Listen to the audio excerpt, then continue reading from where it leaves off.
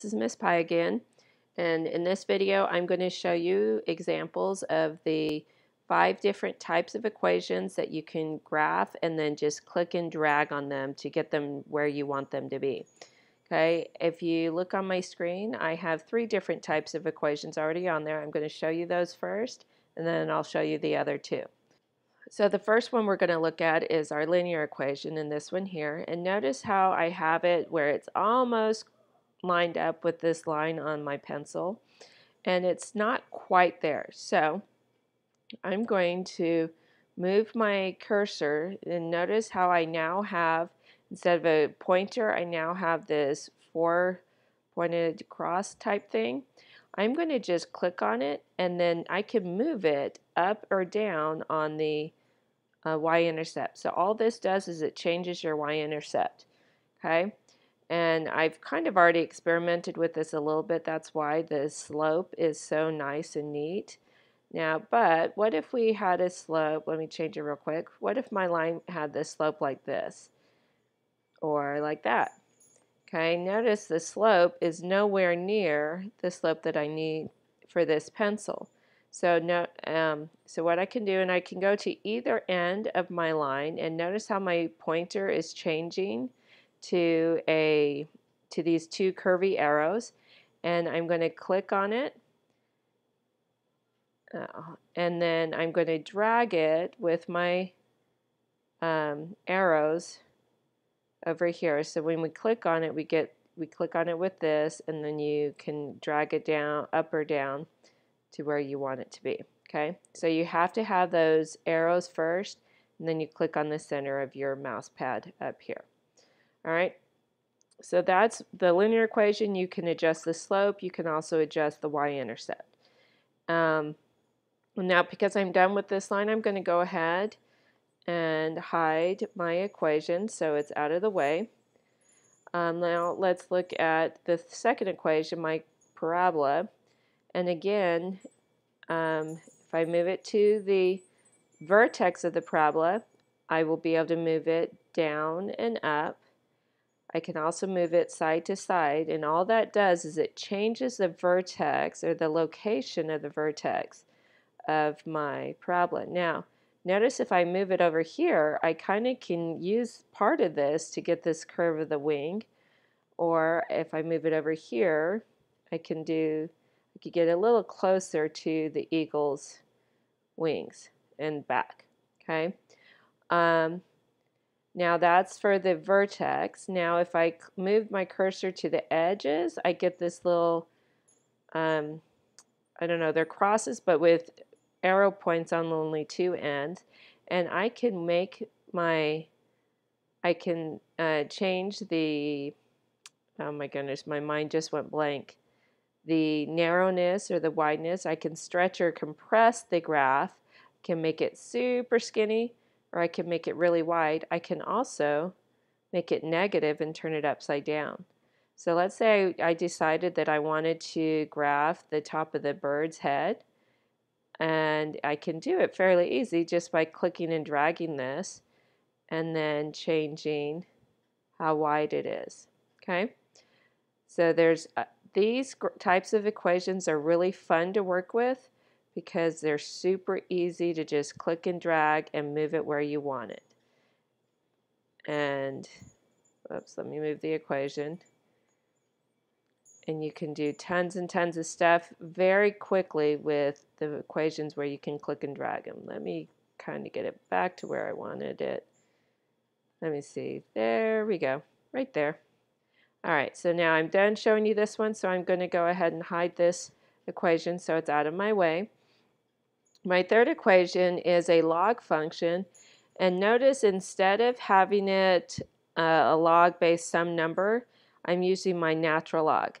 So if I graphed a log equation, let's say base 10 of x, I can't click on that and move it. It won't let me. I can move the equation, but I cannot move the actual graph.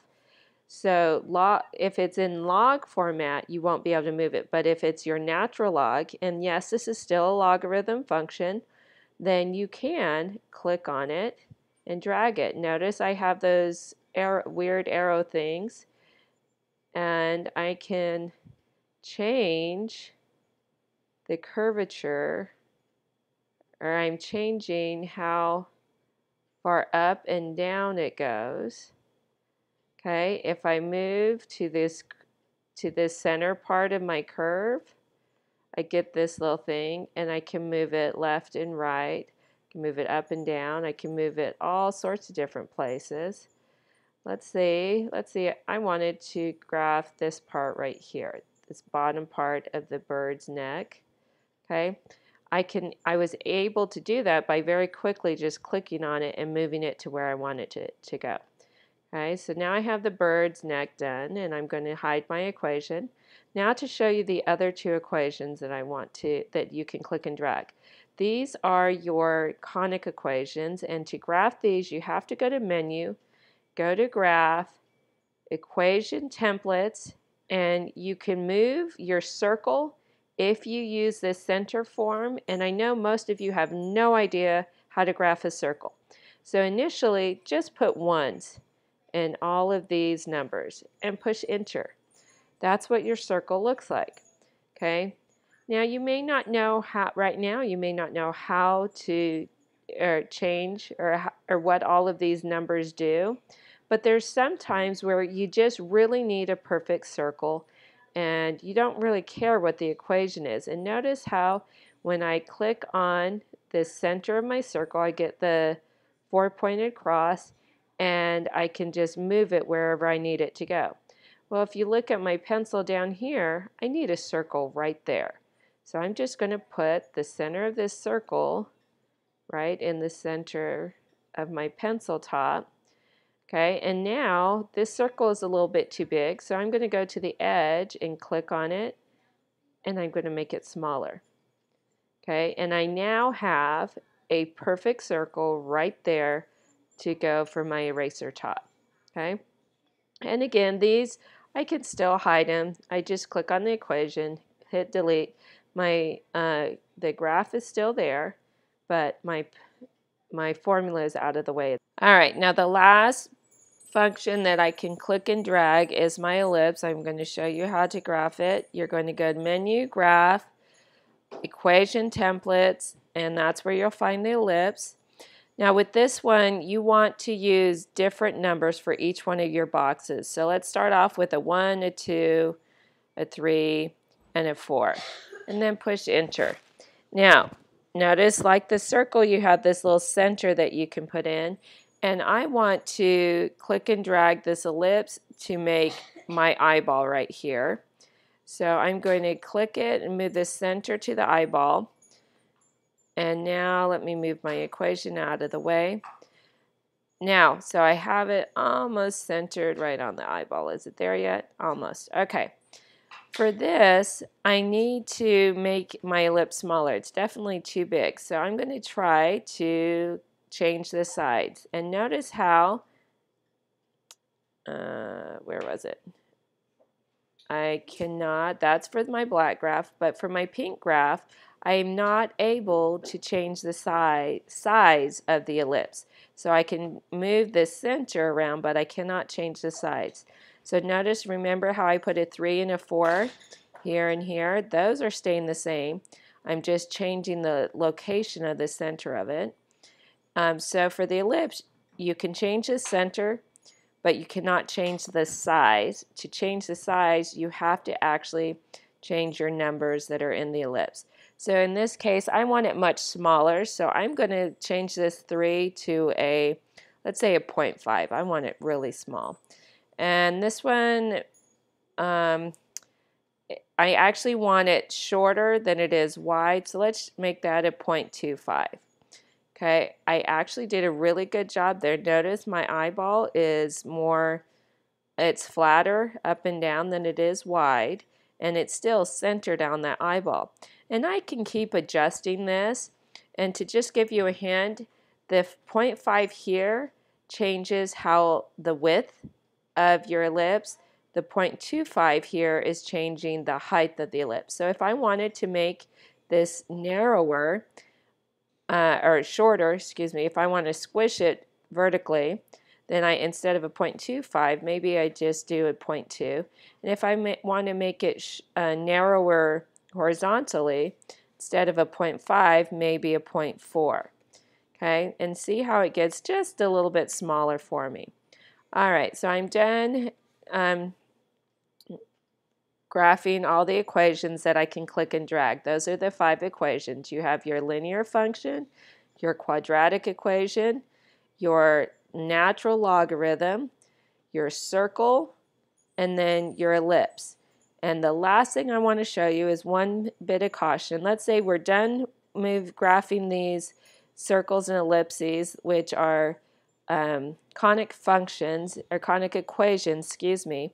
And now we want to do some different equations. If you push tab, I have this weird format for an ellipse, but I don't want that format. I want to be able to put in the f of x that I would normally have with my functions that we had here.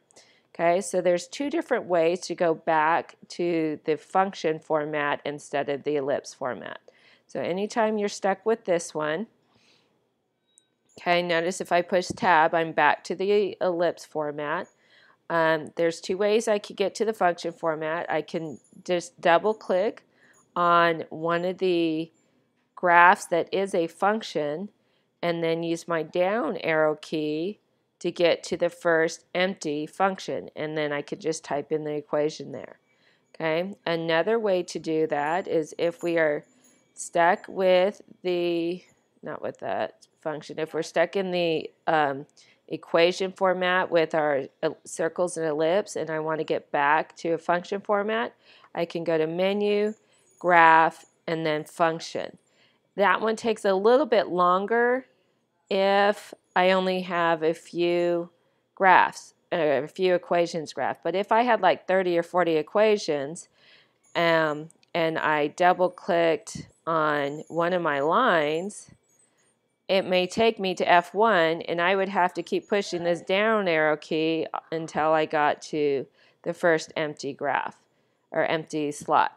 Okay, so that's just a couple pointers. You'll love these types of functions. They're super easy to graph and then click and drag to move it where you want it.